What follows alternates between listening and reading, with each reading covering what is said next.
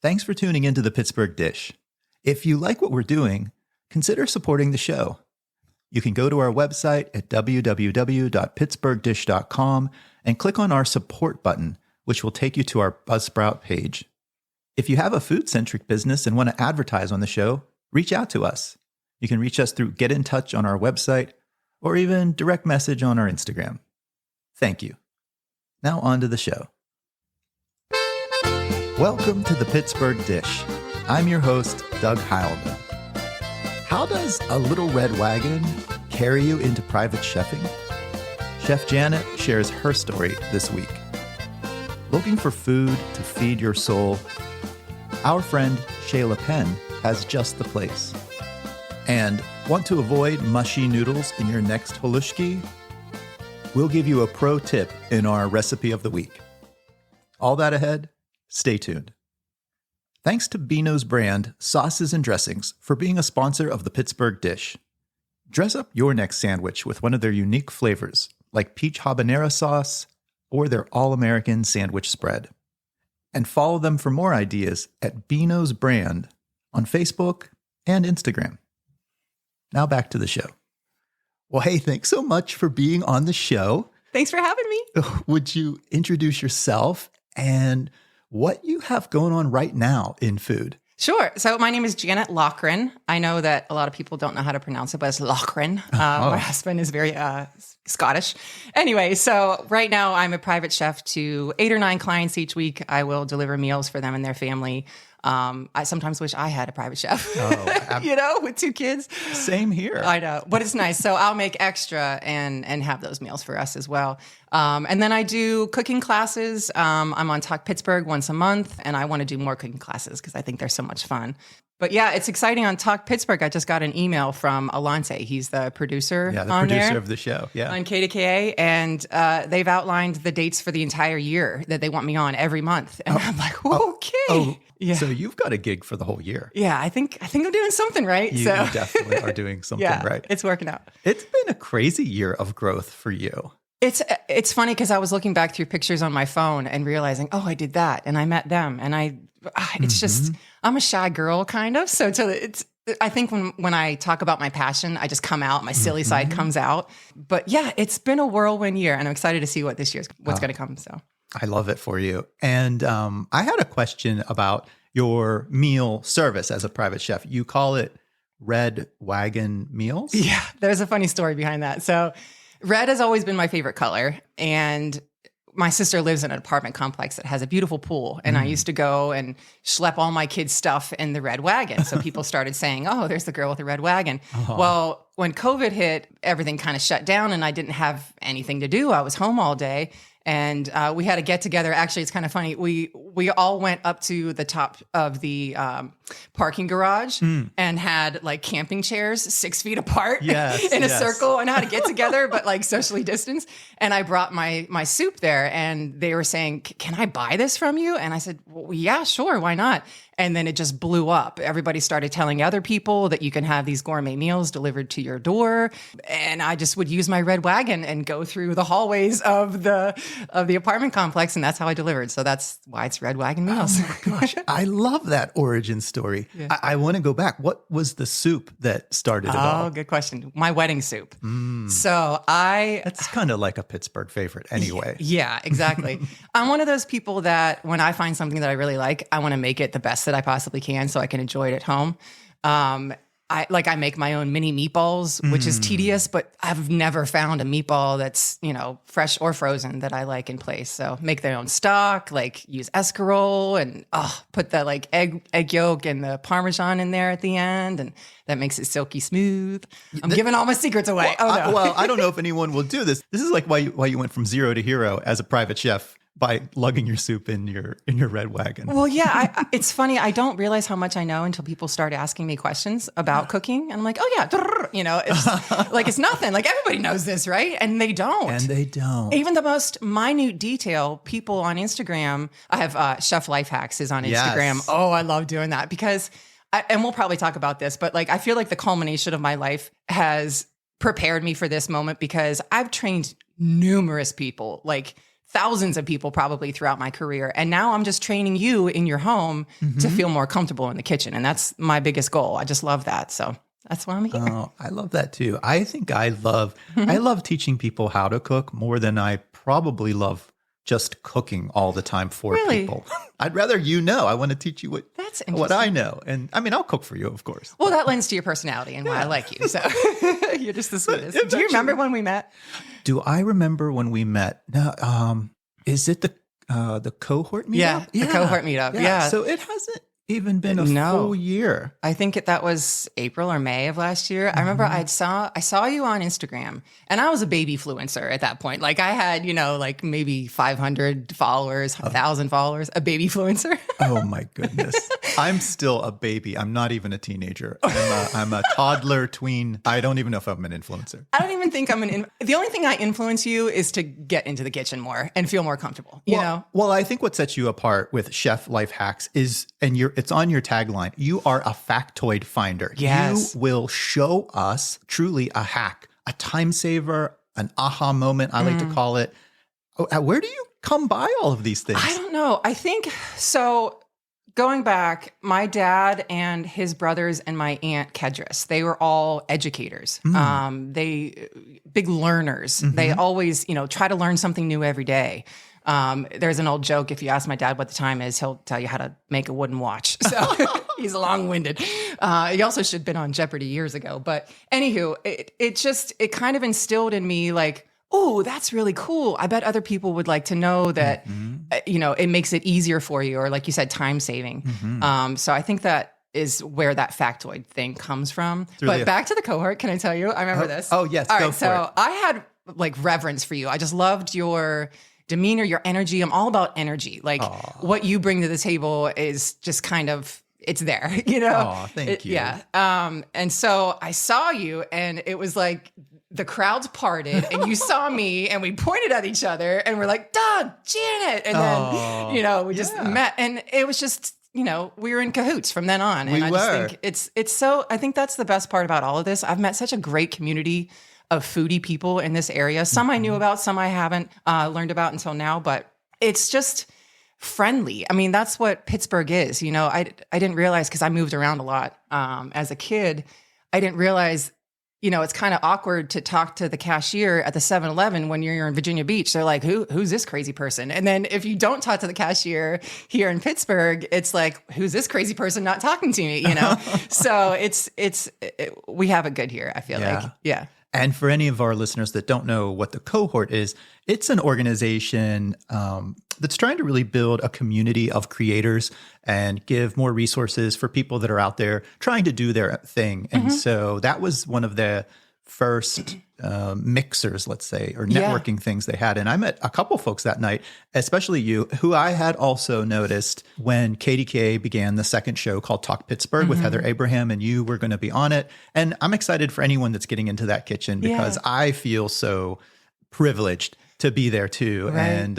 And so congrats on your journey there. Yeah. You've been a good resource too, because I know the first couple times I was on, it's a new space for me. I don't know how to navigate it. And I'm one of those people that just wants to do a really good job, you know? Same. So you were so instrumental in saying, okay, spell this out in your head, but also have a little bit of leeway, because maybe they'll shoot you a question you weren't anticipating, or you're going a direction, and just the number one, and actually I've told other people that are on Talk Pittsburgh. I have a friend, Caitlin, Art with Mrs. E. She's now going to be a regular as well. And I said, my friend Doug told me, talk to Heather like you're talking to a friend, and just explaining what you're doing.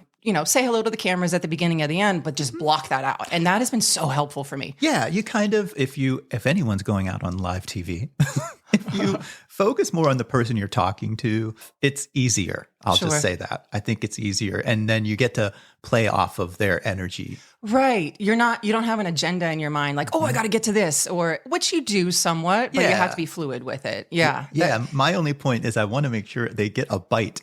And I've noticed other folks that are keen on that. They'll have it ready and they'll be making another one, which is all, theatrics, but it's super fun. No, I think so too. I mean, I never would have guessed that I would be on TV. I was real shy as a kid. I have a twin sister. She was the outgoing one, you know, it's just kind of in the corner like, hi, I'm over here, you know. But I just think, like I said, it's my passion and it's what I love to talk about. So it just flows out of me. And at the end of every segment, I'm like, whoa, what just happened? You know, it's just a whirlwind. My knees shake every time. Do you remember what you say on TV? Somewhat. I remember the missteps. Isn't that so funny? You go straight to like, oh, I shouldn't have said that, or I should have, you know, transitioned easier.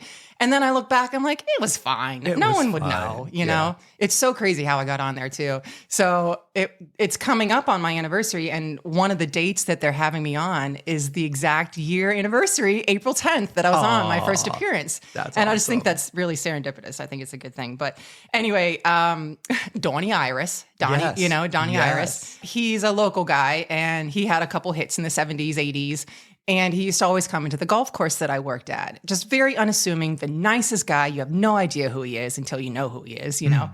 And he was on Pittsburgh Today Live. I think it was his 80th birthday, 85th birthday, something like that. They were just commemorating him. And so I commented on, you know, the post, same thing, nicest guy, used to come in the golf course. I would say maybe 20 minutes later, Heather Abraham liked that comment. I'm like, oh, that's cool. Because I've been watching her. We're the same age, almost literally the same age. And I remember watching her, you know, when she just started out, I'm like, look at this girl go. Like she has she's so down to earth, but she keeps it professional, but it's fun to watch her, right? And wow, she liked my comment. 10 minutes later, she starts following me. I'm like, whoa, what the heck? And then 5 minutes after that, she sends me a message through like a DM and says, we're starting something new in Pittsburgh. I'd like to, you know, on KDKA, would like to talk to you about it. Sure. Goodness. And then the rest is history. And that's how she got in contact with me. And now she says I'm like one of them, like part of the crew, like you feel like too. It's so crazy cool, you know? I'm so excited for you. Congratulations. Thanks, man. You're so sweet. Oh, you're such a good friend. You know, you have mentioned a couple of times now your family, your dad, and the sort of the learned approach, and you have a twin sister. I do. And I was just wondering, what was food life like kind of going back in your early days, growing up? Like who cooked for you? You know, how did that shape you becoming a chef? Good question. I told my mom I would probably say this, but my mom is a great baker. Wink, wink, wink. Okay. She, you know, we ate a lot of Chef Boyardee and you know, hamburger helper, which was delicious to me. You know, it wasn't. Well, I think let's take a step back. It's convenient for any mom out there. And you are a mom of two. Sure. We just talked about Heather Abraham's a mom of three. And you're working. You're doing some crazy stuff. So I think, you know, any mom out there that's gone with the convenience foods, have at it. I agree. I know. And to add on top of that, my dad was in the Navy. So a lot of times he was gone for months at a time. You know, she had two young kids, full-time job. A lot of times we weren't around other family that could help her out. So she's an angel. We were born in California and my parents didn't know they were having twins until an hour before we were born. Whoa. So they didn't do sonograms unless you were having complications. And it was right before, you know, she was in labor and her knees were shaking going into the operating room and everything.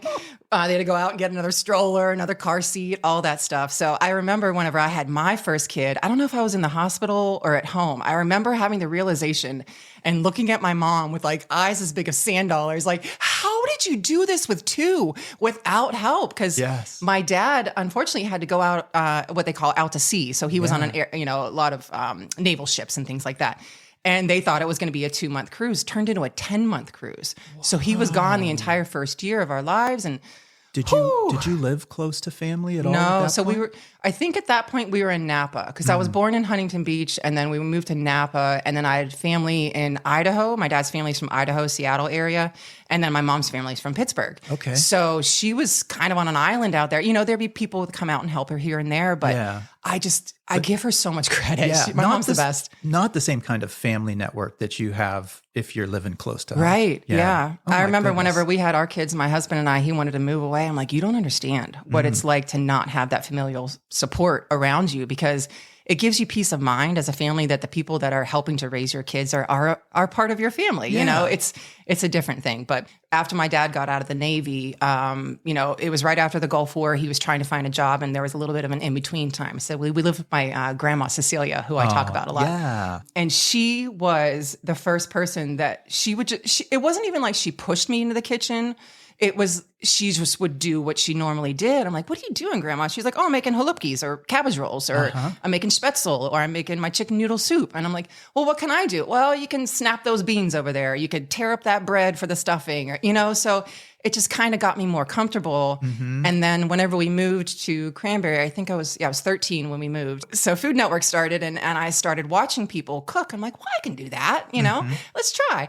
Whew, it's harder than you think. The first thing I ever made was a bolognese. It took about 7 hours to make. It was horrible. It had stuck to the bottom. Like looking back, and my parents, God bless their souls, they were like, this is really good, you know, and it was horrible. You tried. Right. You have to try and fail, because the failures are the biggest lessons. Sure. Oh, yes. Oh, yeah. In my life, for sure, my failures have definitely been my biggest lessons. So that, you know, I'm not a baker. I think I love people that are bakers. Yes. It's a little restrictive for me. I kind of like to just throw stuff into a pot and make it taste good. But with baking, it's so regimented. You have to put exactly this amount, and you have to have the good environment in the oven to make it come out right. And you don't know if it's right till the end. So it's a different animal, even though it's the same creature. You know what I mean? But yeah, I'm definitely a savory chef for sure. Where did your grandma live? Belle Vernon. She's local to Pittsburgh. Then. Yeah, it's about an hour south of Pittsburgh. Yeah. So when you all moved back, and you said you lived with her a little bit, you were down in Belle Vernon, then up in Cranberry. Your grandma was really the one that sort of attracted you into the kitchen. She did. And then I have another family member, my Uncle Mike. He's from Alabama, and he's lived here for almost 40 years, and I think his accent has gotten stronger in those 40 years. He's funny. He's very Southern. You know, whenever I was younger, I was a little bit scared of him because he has a loud voice, and, you know, he'd be cooking Thanksgiving dinner and he'd be like, there's too many people in here. Get out of the kitchen, you know? And I'm like, okay, you know, but he's softened up, especially as he's become a grandfather. I'm like, who's this squishy little bear, you know? But he introduced me to different flavors and ingredients that I had never seen before, you know, okra or Cajun spices that were spicy. Like, I feel like the rest of my family is allergic to spice, you know what I mean? But he brought that in, and, you know, red eye gravy and sausage gravy, and just, oh my gosh, I could go on. His pulled pork, so good. I'm still trying to get the recipe for that, but I have to barter and trade, I feel. So yeah, he's a big inspiration for me too. And this was Uncle Mike. Uncle Mike Polk, yeah. Uncle Mike, And so, you know, all of that's happening in the family. When did you decide that you would go to culinary school, or how did that educational path happen? Great question. I did a little backwards, actually. So I told you I was shy. I remember, I think I was 17, and I started working at this place called Fun for All. It was like a go-kart arcade putt-putt place, you know? And if you've seen that movie Adventureland that was filmed at Kennywood, it's similar to that, like smaller scale, but similar, where, like, you know, we were just kids just having the blast, and our bosses were just absent. You know what I mean? They're like, what? I don't care what you're doing. That kind of brought me out of my shell. Yeah. I went to Pitt and graduated with a marketing degree, and I had no idea what I was going to do. I was still having a good time. You know what I mean? So those wild oats. And I was working for a gentleman who used to be a physician, and then like higher up in Highmark. I was just kind of like an assistant. I was doing clerical work, you know, setting appointments and flights and everything like that. And he was really nice, really sweet. He had a wonderful, lovely wife named Judy, who liked to have dinner parties and get-togethers and things. And she was kind of behind the 8 ball one day. I could see that she was stressed, trying to get everything ready for the weekend party. I'm like, Jude, I like to cook. I can help if you need. And one thing led to another, and I kind of just took over. And she enjoyed that I took over and just kind of took the helm. Yeah. And so Monday morning rolls around, and my boss comes over and says, hey, I don't want to lose you as an employee, but what the hell are you doing? I see you in the kitchen. That is what you should be doing.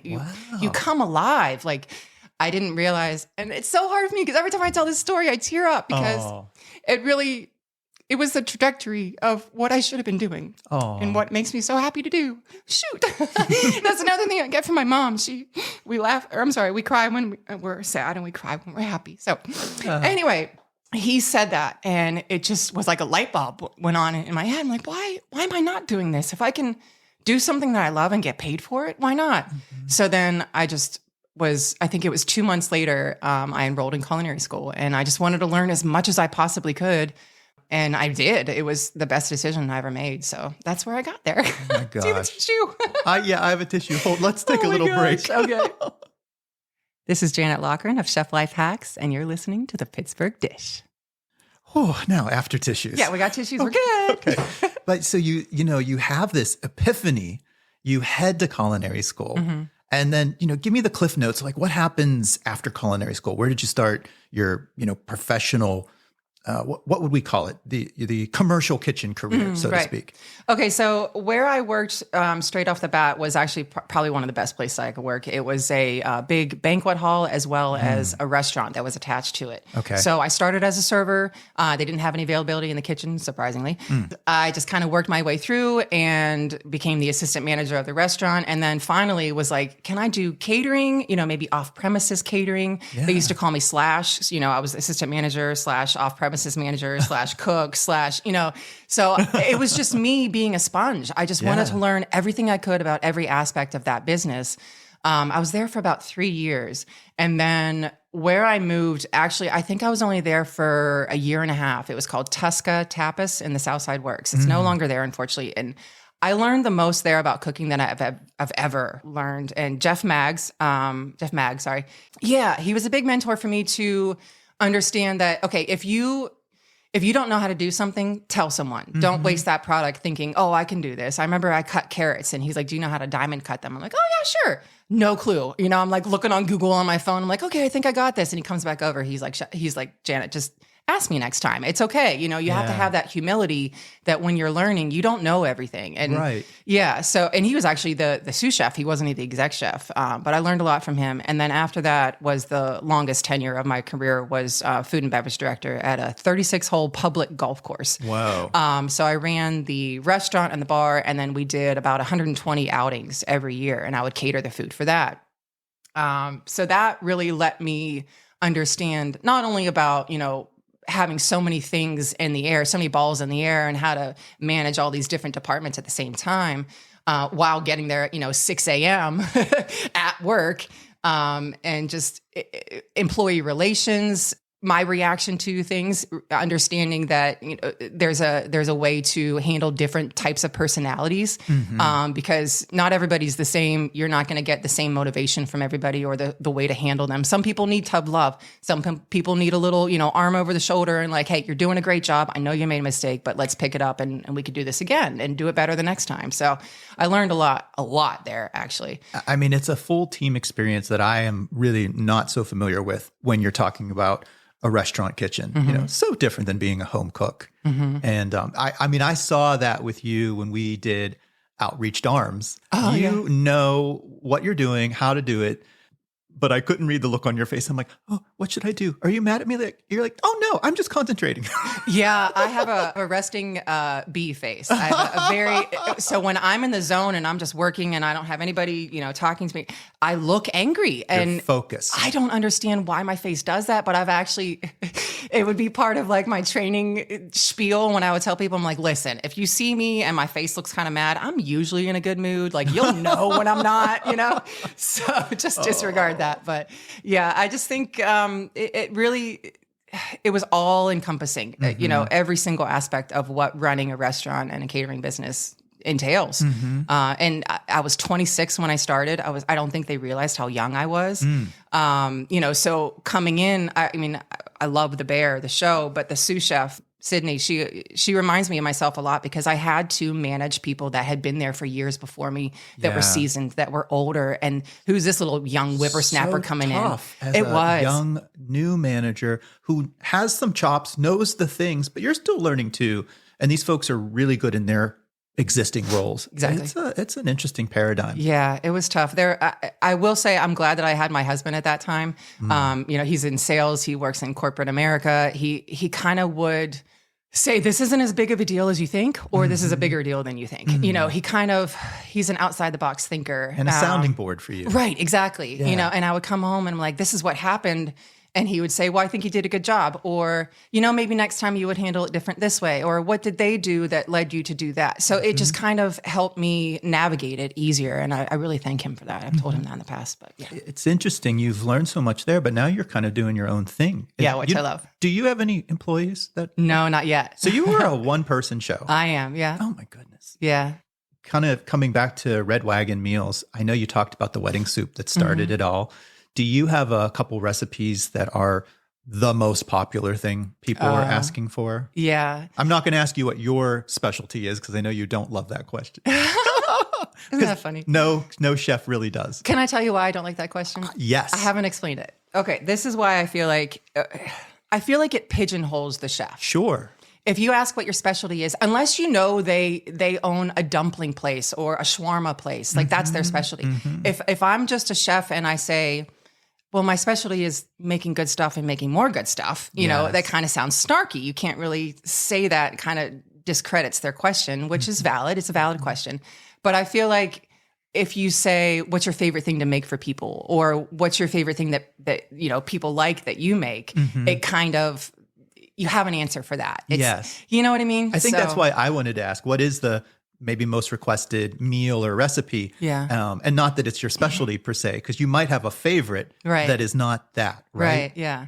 My crab cakes. Everyone loves my crab cakes. Most requested. Yeah, and I decided at the beginning of the year, I never do New Year's resolutions, but I kind of felt like I had this feeling, I just need to let a lot of things go. Literally, figuratively, in my life, what's happened, professionally, personally. So I started giving away my favorite recipes, like my actual recipes, because I'm a little weird. People would ask for my crab cake recipe. I would give them a recipe for crab cakes. I wouldn't give them my recipe.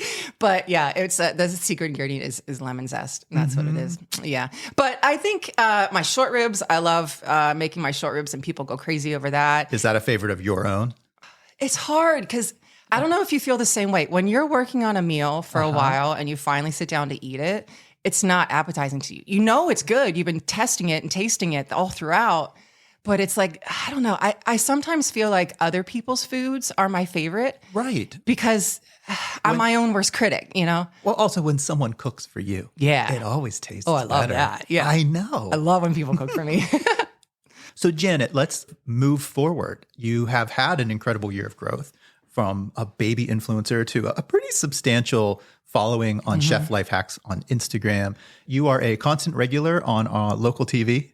You're still doing your private chefing.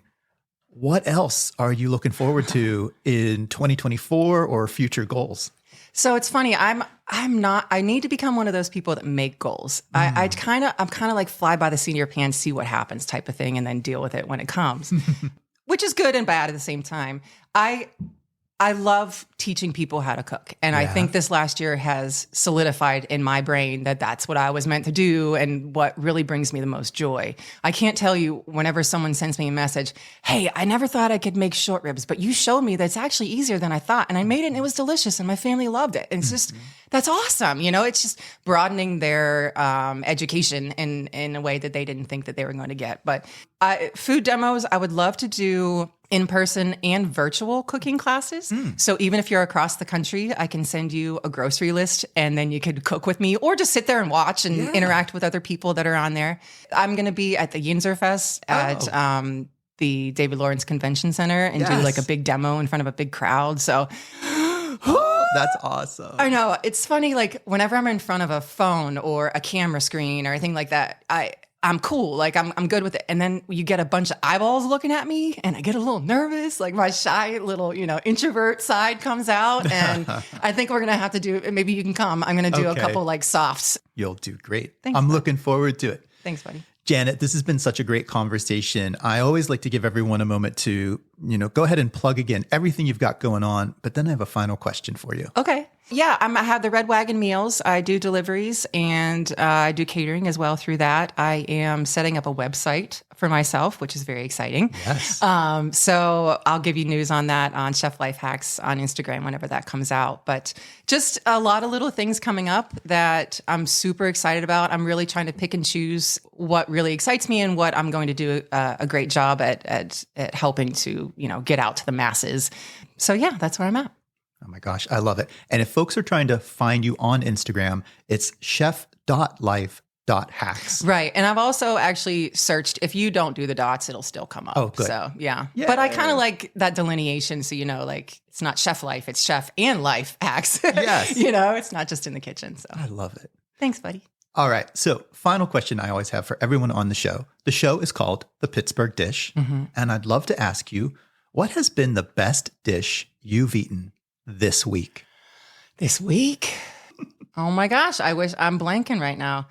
Well, you know what? I'll plug myself. I just made my short ribs last week and I tried it. I mean, you know what? That's damn good. It's just, I would be raving about it if I got it in a restaurant. So it sounds a little selfish, but I guess my short ribs. Oh, I think it's okay. You are not the first person that has made their own food and said it was the best this week. Oh, good. So. Okay. Janet Loughran, thanks so much for being on the show. My pleasure. Up next, the Weekly Recommend. We want to thank Isley's for sponsoring this week's episode of the Pittsburgh Dish. Their White House cherry ice cream flavor recently came out on top as a fan favorite. Pick up some for yourself on your next grocery trip. Go to isleys.com and check their store locator to see where Isley's products are sold near you. Hey everybody, we're back with my friend Shayla Penn of Berg's Eats and Treats on Facebook. Hey Shayla, I was wondering if you could give us a restaurant recommendation. I know you have been making the rounds for some of those top fives. Is there a place that has sort of stood out to you that you've stopped at that could use a little love and you just thought the food was great? Yeah, so I want to recommend definitely A&E Eatz. The chef and owner is named Asia. She's located in McKees Rocks. Yeah. On Island Avenue. She's like a block down from Doughboys. And what's the cuisine style for Asia? So it's authentic soul food. Her motto is food that feeds the soul. Oh, I love that. Yeah. So I got a chance to meet with her and interview her, and her inspiration was her grandmother, some of her mom, but mostly her grandmother, she said. And she just grew up loving to cook. She bonded with her grandmother cooking, and she shared her recipes. And then she just started cooking for events and, pop-ups, and everybody, she would sell out. So she, went through the steps and just opened, I think, in December. So it's new. It's that brick and mortar is new for her. Yes. And she has a lot of ties to the community. I do my research on everybody. I don't just go and just pop up. You're not fooling around. No, I'm not fooling around. So I did my research and I heard nothing but positive things about her. And I reached out to her and told her what I was doing. And she was so excited. She had a whole tasting table when I got there, and she had an array of her. Oh, it was a beautiful, beautiful spread. You got to tell me, what did you have? Everything. Fried fish, honey glazed salmon, yams, greens, fried chicken, which was so good. She had lamb, dessert. I didn't even want to touch it. Linguine. And that was just not even half of her menu. Oh my goodness. So she makes a lot of other foods, but those were, and the standout to me by far was the honey glazed salmon. And you compare it over a Pittsburgh classic salad with the fresh cut fries. I would love that. All right. So that is A&E Eatz. Yes. Over in McKees Rocks on Island Avenue. Yes. Shayla. Yes. Thanks so much. Thank you. Shayla Penn is the creator of the popular Facebook group Berg Eats and Treats. You might also catch Shayla on the radio doing some of her top food reviews. I recently sat down with my food friend Beth Kurtz-Taylor for a longer conversation, but we got to talking about one of our favorites, halushki, or as my family calls it, halushki. Let's hear about her version as our recipe of the week. We were talking about an article that you wrote about halushki. Yes. Or halushki. I'm not sure. We say halushki. I say halushki, yeah. And it's such a staple in our region. Can you tell me a little bit more about your version of halushki? Like, how do you make it? And maybe what time of year do you make it? I usually make it in the fall months because it's a very hearty dish. It is. There's a lot of interpretations of it, depending on where you came from. Yes. Not just Poland. A lot of Eastern European countries, you might see a dumpling instead of a noodle. Right. You may see bacon and farmer's cheese put in it. All, and people it's polarizing. It is polarizing. Yes. Like so many other cuisines. Yes. Yes. We do put bacon in ours. I do like it with bacon. Of course, we do lots of butter. How does yours come together? With a lot of butter. Okay. I started making it in large quantities, an entire electric roaster full for the marching band's concession stand at high school football games for my son. So I could tell you that big quantity, That is but a we'll lot. scale it down a lot. But it was a 2-day process. But cabbage and onion cut really thin. I would, for a family size, I use a bag of noodles. Do you buy the halushki noodles? I do not. This is what I buy. What kind do you like? I like Manischewitz egg noodles. Okay. Extra wide. It's a Jewish food manufacturer, but it is a really sturdy egg noodle that holds up well if this is sitting in your oven for a while or sitting on a buffet table or sitting at a football game in an electric roaster. Pro tip. Yeah. Yeah. If you use something else, they tend to get They get a little soggy mushed out, and mushed out. So, and I always just cook those al dente. Okay. But because they're going to be there for so long. Yeah. So a ton of butter, sauteing the finely sliced cabbage. So at home, I'll use a bag of noodles, maybe about a half of a good sized head of cabbage and 3-4 onions. Okay. Slicing them finely thin. I usually put them through the food processor. Oh. Do you usually put the onions through the food processor? Okay. And the cabbage. Cut it into wedges and just put it right through the slicing blade. Okay. All right. Not the chopping, but the slicing. All right. Got it. So melt a big stick of butter in probably a giant 12-inch skillet. And throw that in and just start stirring it around. How long do you think you cook I your would say the and cabbage is about 20 minutes to a half hour. at least 20. Yeah, because you got to get a little bit of the golden on the edges. A little bit, and you want it low and slow, and it gets sweet and delicious. You know, and if you feel like it needs a little more butter, add that in too. But I salt and pepper throughout and taste. Initially just put it in with the lid on for a while to steam it and kind of break it down, and then take the lid off after a while. Just keep salting and peppering and tasting until it is just really soft and sweet and delicious. Yeah, and, it's that gorgeous, luxurious texture that we all love. Yeah. Yeah. So then when I put it together, sometimes I used to do that step the day before when I was making it for the band. But a big amount. I'll cook the noodles, melt some more butter, toss that in, and then incorporate the cooked cabbage in. Now, some people, my mother used to do this, and I'll do this sometimes, put a little caraway in it. I love caraway. That's delicious too. But yeah, tasting the whole time and making sure your seasoning's adjusted. And yeah, that's it. I've made it for a number of graduation parties and, of course, the band and at home, and we really enjoy it. I'll use that same cabbage cooked down to do a pierogi filling.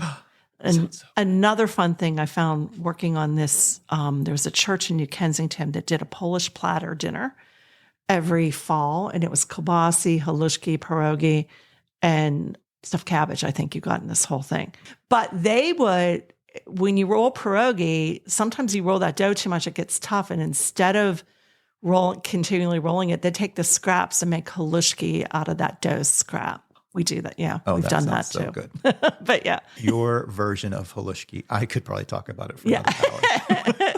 Thank you so much for sharing that you're recipe. welcome. You're welcome. Love to keep that alive. All right. Bye-bye. Bye. Beth Kurtz-Taylor is a food educator, freelance writer, and one of the owners of Third Space Bakery. You can find out more about Beth's business at Third Space PGH on Instagram. That's our show for this week. We want to thank all of our guests and contributors, and to Kevin Solecki of Carnegie Accordion Company for providing the music to our show. We'll be back again next week with another fresh episode. Stay tuned.